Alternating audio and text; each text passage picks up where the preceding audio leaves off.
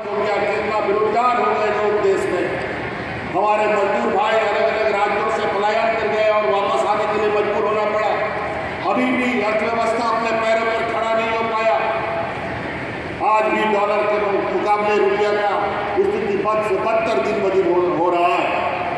और ऐसे विकट परिस्थिति में भी कोरोना का मार आज के दिन में भी कई राज्य उससे उबर नहीं पा रहे हैं। और आज भारत सरकार की एजेंसी के द्वारा आकलन किया गया है कि गिने चुने राज्यों में झारखंड एक ऐसा राज्य है जहां प्रति व्यक्ति में आय में बढ़ोतरी हो रही है।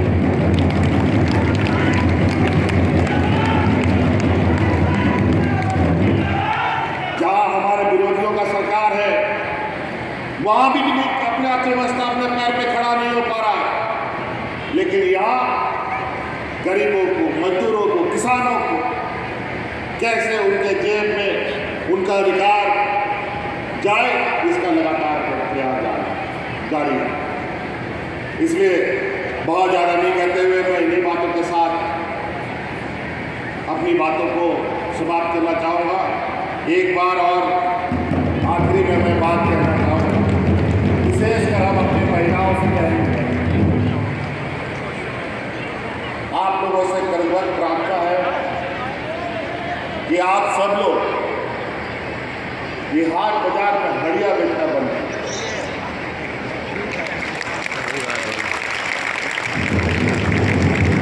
आप लोग जो माथा में हड़िया लेके जाते हैं, उस हड़िया के जगह माथा में सरकार के लिए योजना लेके जाइए।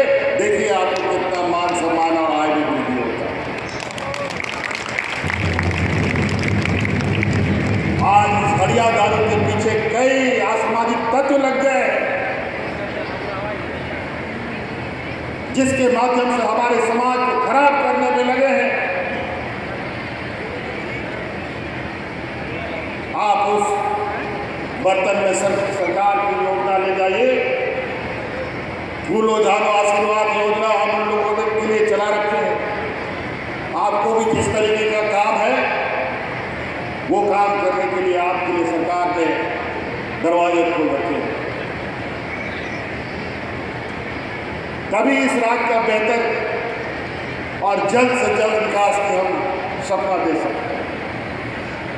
नहीं तो इसी के आड़ में कुछ ऐसे असामाजिक तत्व जो हमारी जानकारी में आया है, जो हमारे समाज को खोखला करने में लगा, अगर इससे बचना है तो हड़िया दारू को अब हमको हटिया में नहीं ले जाना।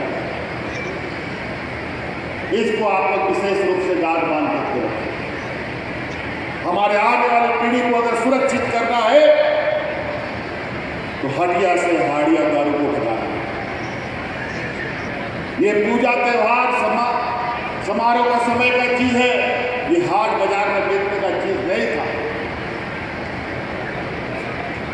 लेकिन इसको धीरे धीरे लोगों ने दूसरा रूप दिया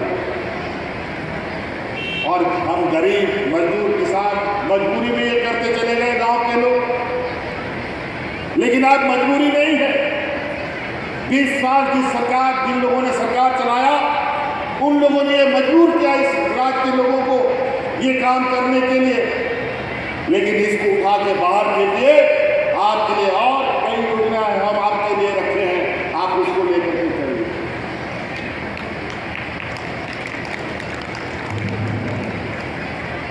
जो काम करना चाहते हैं, जगह जमीन नहीं है तो भी आप काम कर सकते हैं, बशर्ते आप उस योजना का लाभ लेने के लिए सरकार का हाथ दीजिए। आप एक हाथ दीजिएगा, सरकार दोनों हाथ से आपको पकड़ करके चलना सिखाने का काम करेगी।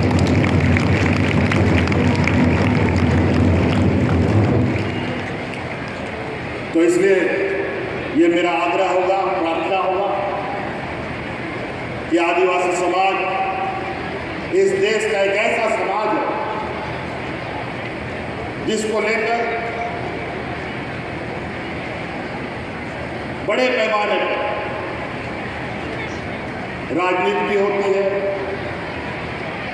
वैज्ञानिक शोध भी किया जाता है, कई तरीके के योजनाओं को भी बनाया जाता है, मंत्रालय बनाया जाता है, लेकिन वास्तविक रूप में आदिवासी कैसे खड़ा हो इस पर कभी चिंता नहीं है। आज हर एक योजना अगर आप देखेंगे सरकार ने जो बनाई है वो विशुद्ध रूप से आप लोगों के लिए बनाया है। आज हमारे इस राज्य में लगभग 40% बच्चे कुपोषित पैदा होते हैं। 50% हमारी महिलाएं बच्चियां खून की कमी का शिकार रहती हैं। क्यों? आप लोगों ने कभी ये बात सोचा कि क्यों हमारे महिलाओं में खून की कमी होती है? वो इसलिए होता है क्योंकि हम लोगों ने अपने पूर्वजों की संपत्ति को बर्बाद कर दिया।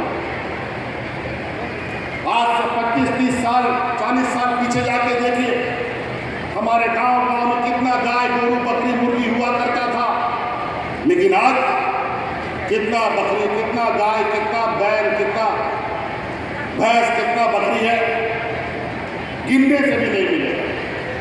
गलती से मेहमान घर में आ गया, अगर उसको मीट भात खिलाना है तो बगल से मुर्गी या खस्सी का मीट लाना पड़ेगा, सुअर का मीट लाना पड़ेगा। और यही वजह है,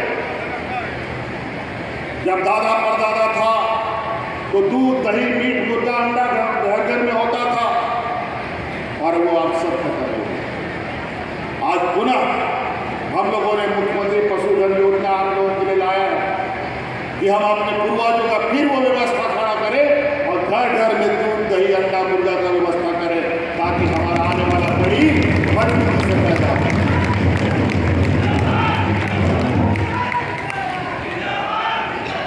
आज ये कुपोषण से निजात पाने के लिए नया नया दवाई और प्रयोग होते रहते हैं।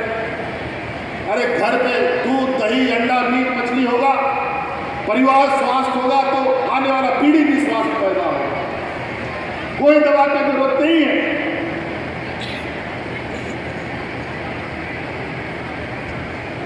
हम लोग का विरासत क्या है, हम लोग का संपत्ति क्या है? आदिवासी समाज के पास कौन सा बैंक में खाता भर भर के पैसा है, बोरा भर भर के आप लोग पैसा रखते हैं? आदिवासी समाज का जो पैसा है, जो संपत्ति है, जो बैंक बैलेंस होता है, यही खेत खलियान गाय गोरू बकरी होता है। इसी से हमारा जीवन होता है।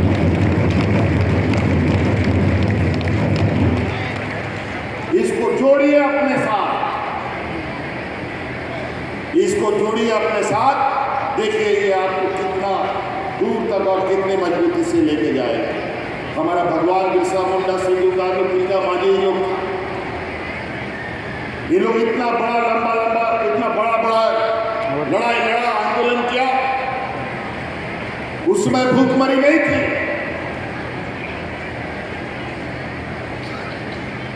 उन लोगों ने अपनी इन्हीं संपत्तियों के बदौलत इतनी बड़ी बड़ी लड़ाइयां जीती है।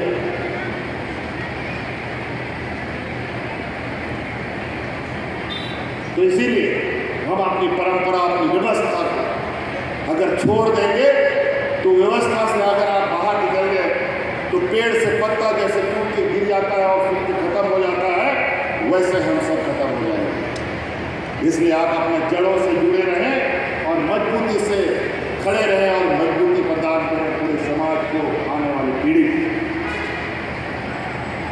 इसीलिए मैं इन्हीं बातों के साथ अपनी बातों को समाप्त